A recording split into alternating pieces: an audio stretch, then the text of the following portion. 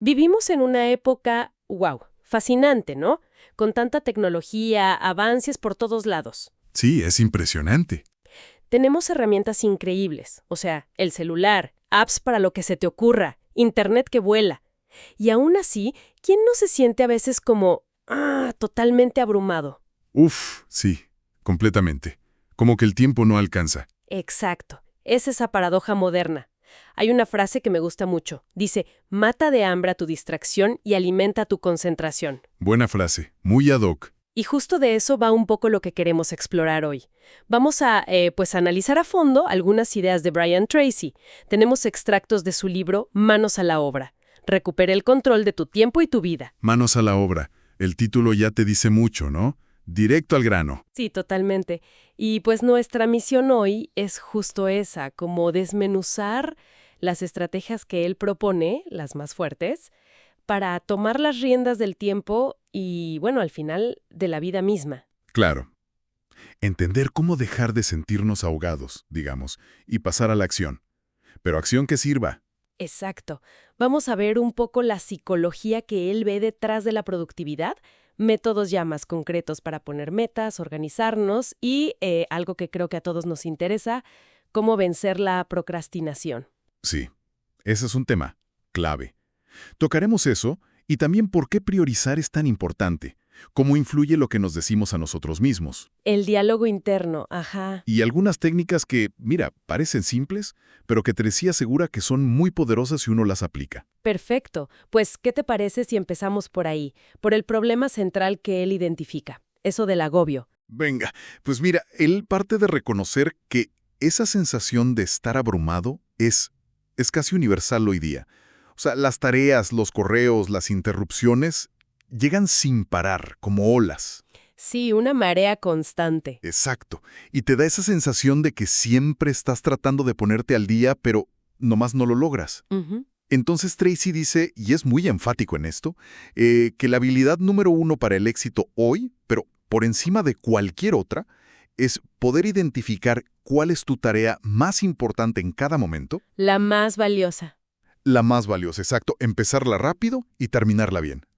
Dice que todo lo demás como que se deriva de eso. O sea, no es solo echarle más ganas, sino saber dónde poner esas ganas. Precisamente, trabajar más inteligentemente, no necesariamente más duro. Y él insiste mucho en que esto no es cosa de suerte, ¿eh? O de tener un talento especial. Ah, eso es interesante, no es magia. No, para nada. Él sostiene que la alta productividad es, y usa esa palabra, una ciencia probada. Se basa en gente como Peter Drucker, claro, y en su propia experiencia, libros como Tráguese ese sapo, que es famosísimo. Sí, claro. La idea central es, hay métodos, hay técnicas, hay principios que funcionan, que están comprobados, que no son solo buenos deseos, sino habilidades que se pueden aprender. Y fíjate que algo que me llamó mucho la atención del material es cómo redefine la productividad. No es nada más hacer cosas por hacerlas o palomear una lista. Exacto. Eso es un punto muy bueno. Tracy propone verla como un acto de servicio. O sea, no se trata solo de hacer, sino de generar resultados que le sirvan a otros, que aporten valor. Servir a otros. Si citaba a Earl Nightingale, que decía algo como que las recompensas que recibimos son proporcionales al valor del servicio que damos, e incluso rastrea la palabra merecer hasta el latín, de servire, que significa servir intensamente. Qué interesante. Le da otro sentido, ¿no? Claro, cambia el enfoque. Ya no es cómo soy más eficiente, sino cómo puedo servir mejor a mi jefe, a mis clientes, a mi familia. Y la respuesta, según Tracy, es, pues, actualizando tus conocimientos, tus habilidades, para poder dar más valor. Tiene mucho sentido. Le da un propósito más allá de la simple eficiencia. Y aquí es donde entra fuerte el tema de la mentalidad, ¿verdad? El diálogo interno que mencionabas. Uy, sí, totalmente. Él le da un peso enorme a eso. Argumenta que lo que nos decimos a nosotros mismos todo el tiempo moldea nuestra autoimagen, y eso a su vez, pues dicta nuestras acciones y resultados. Claro. Insiste mucho en las afirmaciones positivas, cosas que pueden sonar hasta, no sé, un poco básicas, como repetir «me agrado a mí mismo» o «puedo hacerlo». Sí, a veces suena como a autoayuda muy simple, ¿no? Puede ser, pero él defiende que funciona, y da ejemplos muy concretos. como el del vendedor de celulares, ¿no? Esa anécdota es fuerte. Sí, esa es muy buena. Habla de un chavo, un vendedor, que estaba a punto de tirar la toalla, no vendía nada. Y se topa con un libro de Tracy. Lee lo de las afirmaciones y, aunque medio escéptico, dice, bueno, pues voy a probar. Ajá. ¿Y qué pasó? Pues que empezó a repetirse me agrado a mí mismo varias veces al día. Y según cuenta Tracy, en 30 días triplicó sus ventas. Y en meses pasó de ser el peor vendedor a gerente de ventas. ¡Wow! ¿Y cómo explica eso, Tracy? Dice que esa simple frase le cambió la actitud, su lenguaje corporal, la confianza que proyectaba.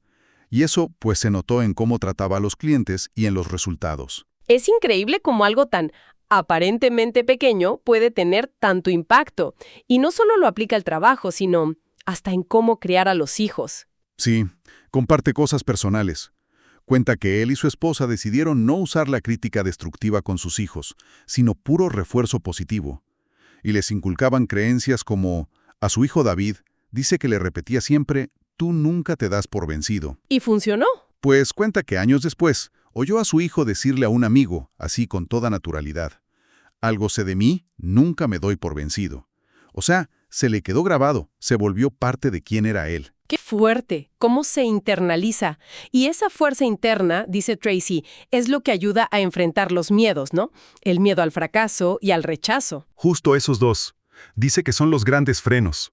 Y que no nacemos con ellos, los aprendemos. Y la forma de combatirlos es, pues, con esa autoafirmación positiva. Repetir, me agrado, puedo hacerlo, va debilitando esos miedos. Y dejar de decirnos cosas como, no soy tan bueno, no soy tan listo. Exacto. Cortar con esos pensamientos limitantes. Tracy es muy directo. Hay que creer que uno es capaz y actuar como si lo fuera. Ok, clarísimo lo de la mentalidad como base. Pero bueno, tener buena actitud no es suficiente si no sabes a dónde vas, ¿no? El tema de las metas. Exacto. Y ahí Tracy se pone súper práctico, muy metódico. Insiste en que la claridad lo es todo. Antes de lograr algo, tienes que saber exactamente qué quieres. Como Einstein, ¿no? Que dicen que dedicaba más tiempo a entender el problema que a resolverlo. Ándale, esa comparación usa. O la de Alejandro Magno, que planeaba sus batallas al detalle. Sin esa claridad de qué quieres, dice Tracy, pues te dispersas, cometes errores, no llegas a ningún lado. Y no basta con tenerlo en la cabeza, ¿verdad? Él insiste mucho en escribir las metas. Muchísimo. Cita estudios, o su observación, de que solo un porcentaje muy chiquito de la gente, como el 3%, tiene metas claras y por escrito, con planes. Y dice que esa es una diferencia clave entre la gente exitosa y la que no. ¿Por qué escribirlas? ¿Qué tiene de especial? Él cree que el acto físico de escribirlo, sobre todo a mano, lo graba en el subconsciente, como que programa tu mente para buscar oportunidades y soluciones. Por eso propone un método de 7 pasos. A ver, ¿cuáles son? 1. Decide exacto qué quieres. Sé específico. No más dinero, sino aumentar ingresos 25% para X fecha. Ok, específico. 2. Escríbelo. A mano si puedes. Refuerza el compromiso. Bien. 3. Ponle fecha límite. Si no, es solo un sueño. La fecha crea urgencia. Lógico. 4. Haz una lista de todo lo necesario. Obstáculos, conocimientos, gente que te puede ayudar. Todo. Ajá. 5. Organiza esa lista, que sea un plan. Prioriza, ponle secuencia, que va primero, que después. Ok, un plan de acción. 6. Actúa ya. Da el primer paso del plan, aunque sea chiquito, para agarrar vuelo. Empezar. Y 7. Haz algo todos los días. Algo, lo que sea, que te acerque a tu meta principal. La constancia es la clave. Suena. Muy directo, muy práctico, como una receta, casi. Y él cuenta historias de cómo le funcionó a él, ¿no? Sí, y son buenas. Cuenta cómo conoció a su esposa Barbara. Los dos habían hecho listas de qué buscaban en una pareja.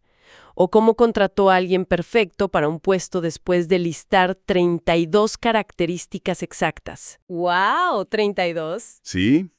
O cómo compraron la casa de sus sueños después de hacer una lista de 42 requisitos. La moraleja es, siempre, la claridad, por escrito, como que hace que las cosas pasen. Interesante, sí.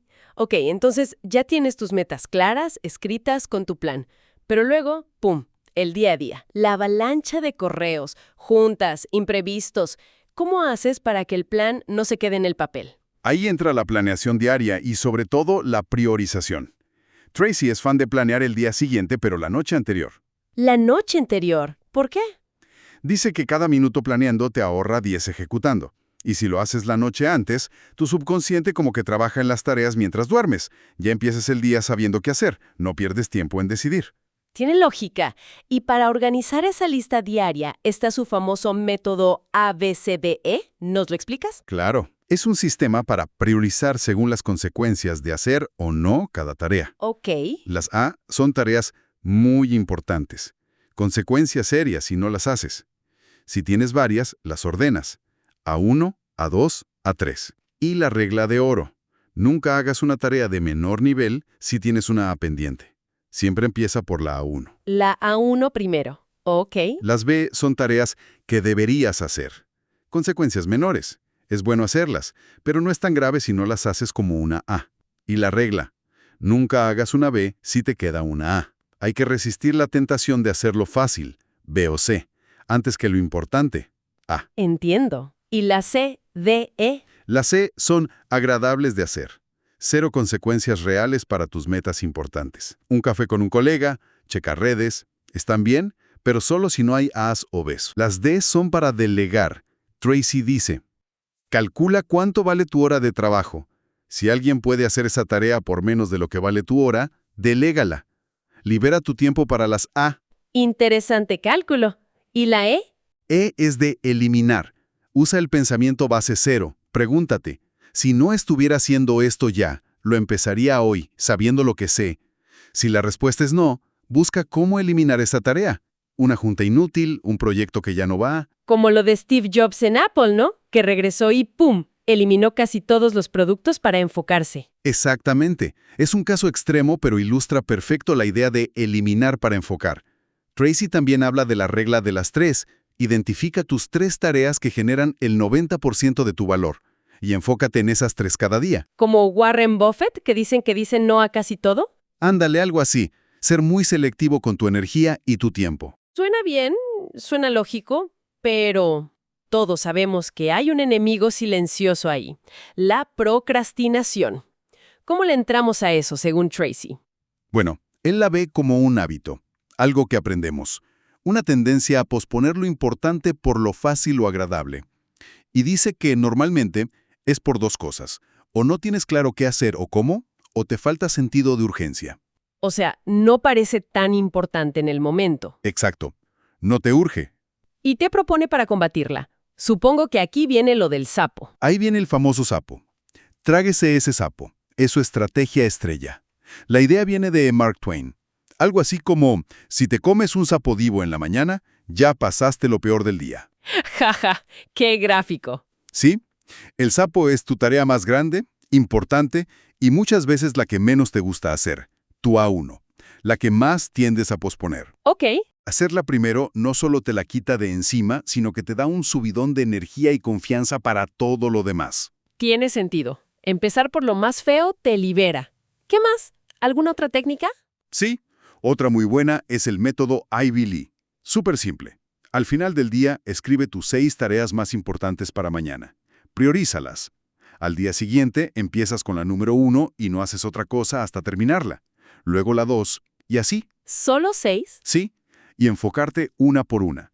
Si no acabas, las que quedan pasan a la lista del día siguiente. La anécdota es que Charles Schwab le pagó a Ivy Lee una fortuna por este consejo, el equivalente a casi $500,000 de hoy. ¡No manches! ¿$500,000 por esa rutina? Debió verle mucho valor. Imagínate, para que veas lo potente que puede ser algo tan simple. Ok.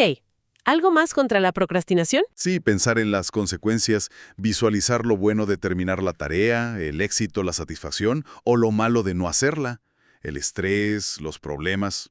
Eso motiva. Ajá, usar la zanahoria y el palo. Algo así. También dividir las tareas enormes. La técnica del salami, rebanada por rebanada, o queso suizo, hacerle hoyitos empezando por donde sea. La idea es que empezar sea menos intimidante. Hacerlo más manejable. Exacto, y desarrollar un sentido de urgencia a propósito. Repetirte, hazlo ahora, hazlo ahora. Tener como un sesgo hacia la acción. Él cuenta una historia de un terreno que iba a comprar, descubrió un problema legal un día antes de firmar. Uy, Y en lugar de esperar, voló esa noche, lo arregló a primera hora y salvó $1.000.000. La urgencia fue clave. vaya, qué nervios, pero qué buen ejemplo de actuar rápido. Y por último, algo que llama procrastinación creativa. Suena raro, pero es decidir a propósito posponer o no hacer tareas de bajo valor, la CDE, para enfocarte en las A. Ah, o sea, procrastinar lo que no importa tanto. Exacto. No por flojera, sino por estrategia, para liberar tiempo para lo importante. Es parte de vivir conscientemente, eligiendo dónde pones tu energía. Entendido, procrastinar inteligentemente. Ahora, todo esto, métodos, estrategias, necesita disciplina para mantenerse, ¿no? ¿Hábitos? Claro, es la base. Él insiste mucho en trabajar cuando trabajas. O sea, en horas de oficina, enfócate en trabajo de valor. Cero distracciones sociales, el chismecito, navegar sin rumbo. Concentración total. Sí, pone el ejemplo de un empleado joven que llegaba antes que el jefe, se iba después, y mientras estaba ahí, pensaba, ¿cómo ayudo a mi jefe? Y dice que eso lo catapultó. Buen IP. Y también habla de la organización física, ¿no? El escritorio. Sí, le da importancia. Dice que un escritorio limpio refleja una mente ordenada. Sugiere preguntarte, ¿qué pensaría alguien si viera mi escritorio? Cuenta que hasta despidió a un ejecutivo por tener un escritorio caótico, imagínate. Híjole, qué drástico. Pero bueno, el punto es que el entorno influye. ¿Y el multitasking qué dice de eso? Que hoy todos creen que pueden. Lo destroza.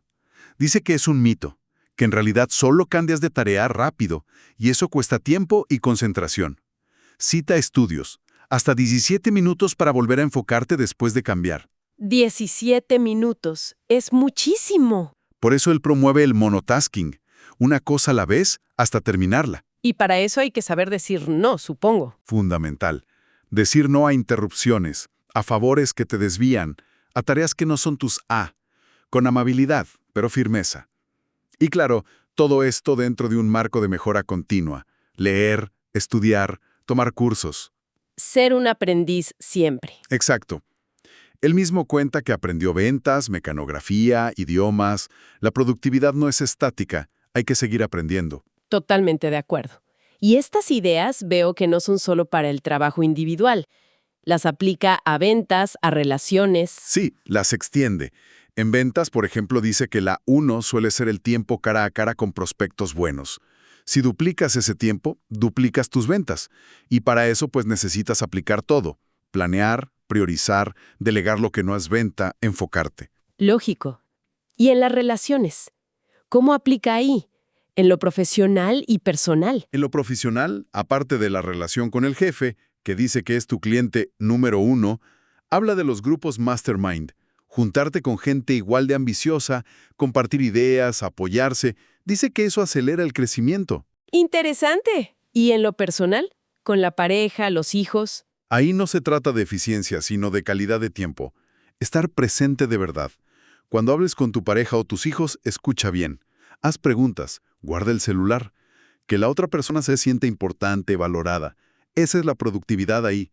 Construir relaciones fuertes. Qué buen cierre para esa parte. Entonces, si quisiéramos resumir, lo que nos deja Tracy es que ser productivo no es andar como loco todo el día. Para nada.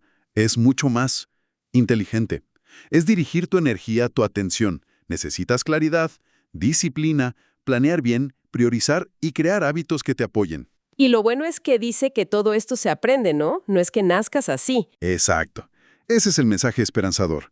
Son habilidades. Se pueden aprender, practicar y dominar. Con esfuerzo, sí, pero se puede. La clave entonces es tomar el control, decidir qué es lo importante y actuar, consistentemente, día a día. No suena a ciencia espacial, pero sí requiere compromiso. Y eso nos deja con una pregunta final, ¿no?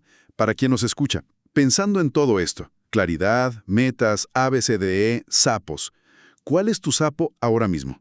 Esa tarea, quizá difícil, incómoda, pero que sabes que es la de más valor.